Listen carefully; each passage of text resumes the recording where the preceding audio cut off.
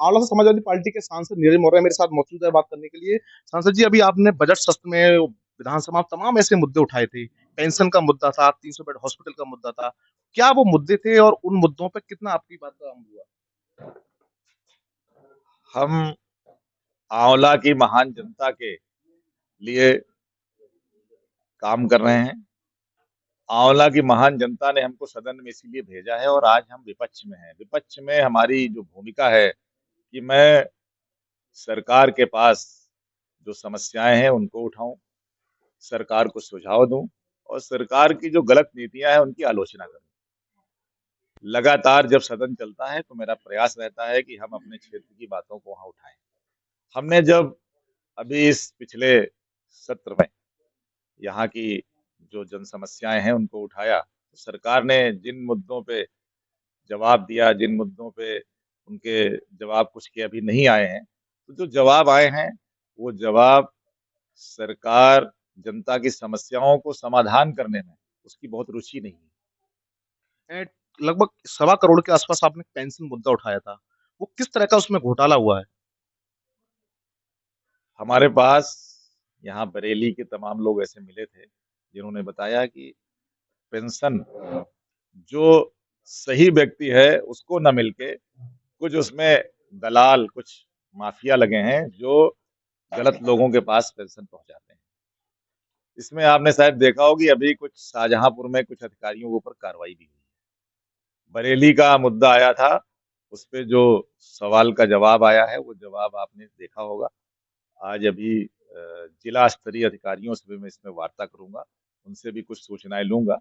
उन सूचनाओं के बाद फिर विस्तार से इस पे आपसे हम चर्चा करेंगे। बरेली में 300 बेड हॉस्पिटल समाजवादी पार्टी ने उस हॉस्पिटल को दिया गया था। आपने कई बार निरीक्षण भी किया, लेकिन वो हॉस्पिटल जो है अभी उस चल नहीं चल पा रहा है। उसे कैसे देखते हैं? क्या आप फिर प्रयास करेंगे इसके लिए?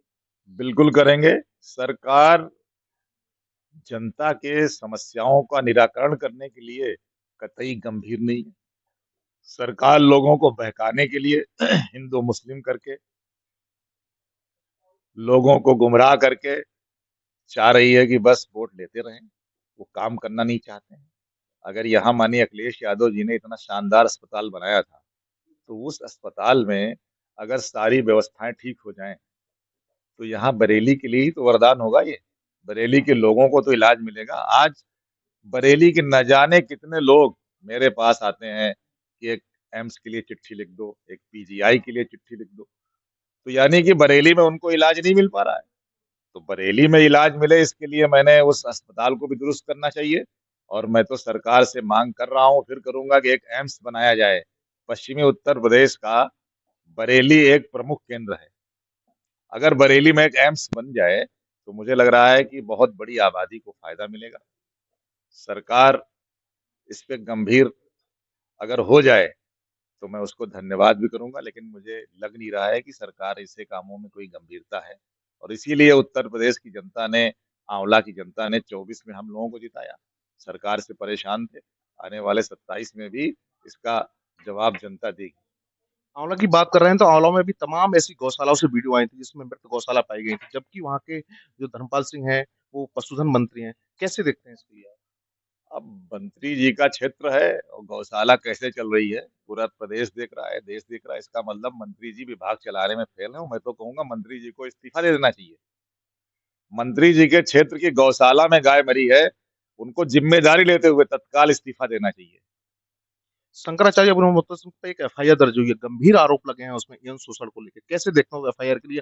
हालांकि आज पुलिस उनसे पूछताछ करने के लिए वाराणसी भी गई हुई है। देखिए, बहुत ही आरोप जो आप बता रहे हैं बहुत गंभीर हैं। उनकी बहुत गंभीरता से जांच होनी चाहिए क्योंकि वो एक शंकराचार्य हैं, तो उन पे आरोप लगा है। तो मुझे लग रहा है कि जांच गंभीरता से हो और अगर जांच में जो सच्चाई हो वो जनता के सामने लाई जाए। तो देखा, साफ तौर पर ये आंवला से सांसद हैं, उनका साफ कहना है कि जो धर्मपाल सिंह मंत्री हैं उन्हें इस्तीफा देना चाहिए क्योंकि जो गौशाला है उनकी हालत बेहद खराब है। कैमरा नितिन के साथ Manveer Singh, TV nine Bharatvarsh, Bareilly. Fenesta windows, beautiful and durable designs, installation से मेंटेनेंस की लाइफ लॉन्ग कस्टमर सर्विस। आपके घर में फिनिस्टा नहीं है तो कॉल कीजिए। फाइनर फिनिस्टा।